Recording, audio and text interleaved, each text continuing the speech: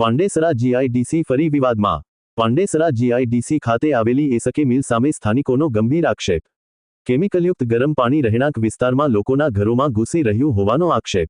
સ્થાનિકોમાં રોષનો માહોલ. તંત્ર પાસે તાત્કાલિક કાર્યવાહી કરવાની માંગ. અહેવાલ જતીન પરમાર. મારું નામ સૂર્યવર્ધન રમેશભાઈ સોનોણા. હું પ્રેમનગર ખાતે પાંડેસરામાં રહું છું. એસકે મિલ જે ફેક્ટરી છે પછાડી, એનું ચેમ્બરમાંથી ગરમ પાણી કેમિકલનો જે નીકળે છે એના રીતે પ્રેમનગરના તમામ પબ્લિકને તકલીફ થાય છે. છોકરાઓ બીમાર પડે છે અને ગરમ પાણી છે, ચાલવા માટે બી તકલીફ થાય છે મોહલ્લામાં. તો મારી એ પ્રશાસન સાથે વિનંતી છે કે તમારું ઘર ના ભરતા, અમારા ગરીબ માણસને જીવતા નહીં મારતા, એના માટે હું તમારા સાથે રિક્વેસ્ટ કરું છું કે આજે અમારી પ્રોબ્લેમ છે સોલ્વ કરો.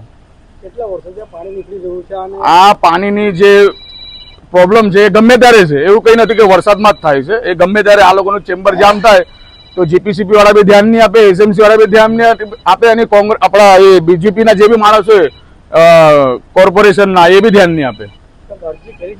અરજી તમામ અરજીઓ અમારી મૂકીએ, એ ફેંકી દે એ લોકો અમારી અરજી. અમારી બે અરજી બધું પ્રૂફ છે અમારી પાસે.